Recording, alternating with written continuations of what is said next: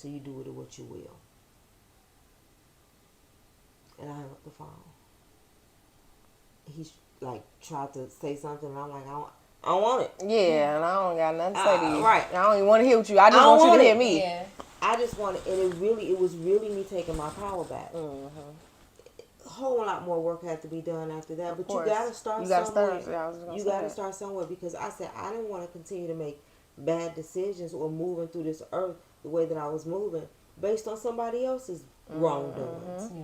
Like I'm living with the guilt or the responsibility or the inability to act correctly because I'm carrying it. I'm like, I don't want to carry this no more. So if there is somebody who's dealing with it, like, you don't have to carry it. And you're not by yourself. You're not by yourself. It's so many people. I know people personally who dealt with it that's closer to me that I would have never, because I feel like people assume automatically that when that somebody's dealt with that, like they done went to stripping or went to doing this, and even though that may be some people's story, but I don't think that's just I don't think, and it may not always just be that. It could be that on top of not having nowhere to live, and you got to figure out how to get there, and that's the only way you know, because that's what you remember, or whatever the case may be.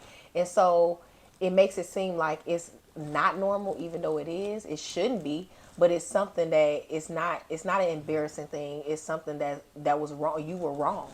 Period. For sure. You were a victim, and not in a sense of like you should play victim, but you were a victim in a situation, and that's like I couldn't imagine.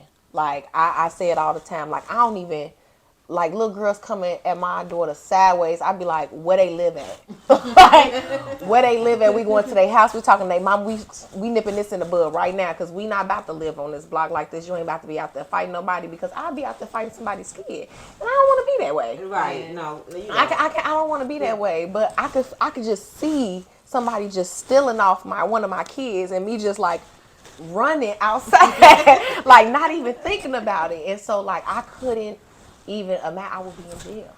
Yeah. I would be in jail, so I would prefer to just try to save as much face as possible by not going to jail, because that's what's gonna happen. Deep breathing, man. Use your tools. Yeah. We might need to take a collective breath right now. Come on here, because you know you always. She be like, can we breathe right now? No, just inhale deeply, like, get on the same page. Inhale.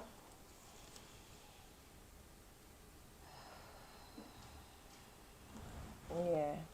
Yeah, and that's so real. And that's so real. And I didn't know that about you. And I feel like I be knowing everything about you, even though I've only known you for not even a year yet. Well, it's been more than a year, but like personally. I feel like so. But and it's crazy, and that's what I mean. Like, it's these people who I speak to you multiple times out the week. I speak to one of my close friend at least once or twice out of the month, and never knew these things. Like, was like with her every day at one point and never knew these things. And it's crazy how you could be, and you have this envision of what somebody would be like when they dealt with something like that, and then they're not, and then they say it, and you be like, how did you get past it? Like, how did you do that? Because I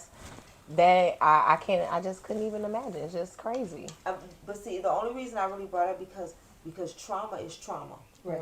Right. And all traumas are not created equal, but to the person, it's trauma. It is. It could be the most damaging thing to you that you've ever dealt with. And so we just got to find ways to take our power back, because as long as we are living under that trauma, then we're feeling victim. And our power is ours. Like, if our parents didn't know what to do with it, dang. You don't have to miss out on all this greatness, though, because I continue to be great.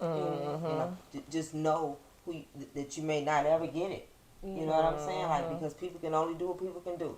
Like, I ain't expect him to give me no apology. He tried to give me something I wanted. He gave me too much. Yeah. You know what I'm saying? I don't need that. I'm already starting my healing journey. I knew really.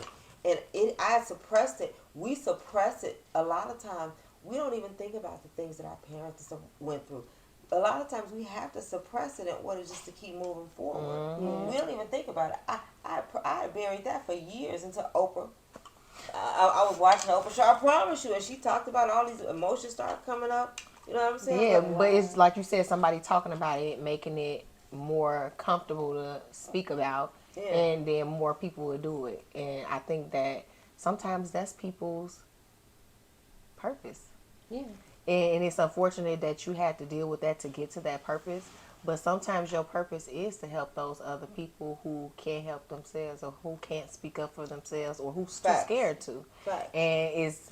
But the world is not pretty, and you just get older. And I think I tell my kids that all the time, like, as you get older, it's not getting easy or nothing. You went from me carrying you around, now you got to walk. Mm-hmm. And like, I'll be like, I wish I could be carried around or pushed in the stroller and patted on the back and burped and my butt wiped and I just laid there and got fed. But that ain't the case no more. That's all I'm saying. No, but with these platforms like this is a great space to talk about it, because people don't like. This is a YouTube. This is a search engine. Mm-hmm. Yeah. You know what I'm saying? People are looking for spaces to hear how other people got through it. Mm-hmm. So this dope what you're doing right here. I'm so excited. This was super dope. I appreciate it. Like, I feel like it was a good conversation. I can't wait to come back again. We're gonna have to do like a forum of like 15. Nah, that'll be too much. That's gonna be a 2-3 hour show. We can't do that. But I definitely appreciate everybody for coming, and just welcoming my guests. And we're gonna see you on the next episode of Mom Energy. And I'll see y'all next time.